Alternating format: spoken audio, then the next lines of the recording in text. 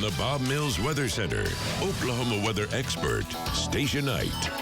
Today is the 30-year anniversary of Hurricane Andrew that hit the south part of Florida, really hitting areas around Miami as a Category 5 hurricane. It hit early in the morning, and Hurricane Andrew is only one of 4 hurricanes that have impacted the U.S. as a Category 5 hurricane at landfall.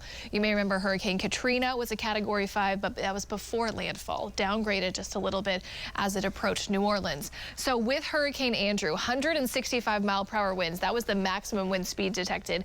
26 deaths and $26 billion in damage. They have made a lot of changes since Hurricane Matthew, specifically structural damage to building codes in Florida, but they've also moved the National Hurricane Center and the National Weather Service in South Florida after that to more of a building that can easier to withstand some of those winds that could come in from hurricanes. So very interesting facts that came after Hurricane Andrew, but it was definitely a big deal, and folks are remembering that, especially in South Florida tonight. Temperatures here at home, we have a mix of 60s and 70s out there, except Coffeyville's still holding at 81, so I should say 60s, 70s, and 80s.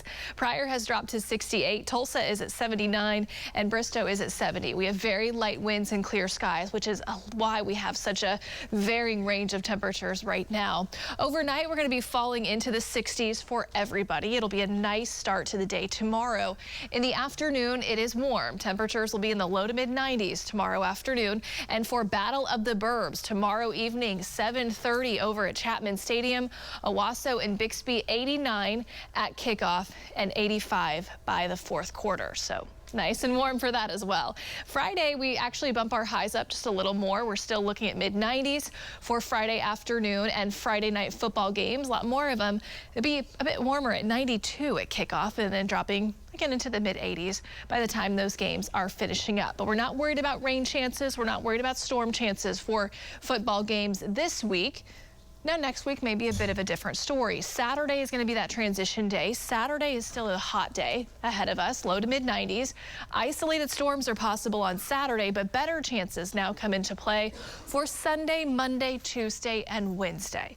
It's an unsettled, active weather pattern that starts up at least by the later half of this weekend, and it could lead to some pretty good rainfall amounts over the course of 10 days. So this is our latest future view, and again tonight still showing 1 to maybe 2 inches cumulative in a few areas. It won't be for everybody, but at least it's the opportunity of more rain, and it will also come with some temperatures that aren't quite as hot, so that'll be good as well. 68 tomorrow, though, 76 at 9 a.m. up to 89 by the noon hour, and then 90s for the afternoon. So our rain chances, at least for areas north of southeast Oklahoma, so I'd say I-40 to the north, our rain chances and our storm chances don't really kick in gear until Sunday. You may still have a pop-up shower across southeast Oklahoma the next couple of afternoons. And I will say next week, Sunday, Monday, Tuesday, we're going to have to be monitoring for any stronger storms that could make it to severe criteria. So that will be in the forecast right now. It's not looking like an overly high probability of that happening,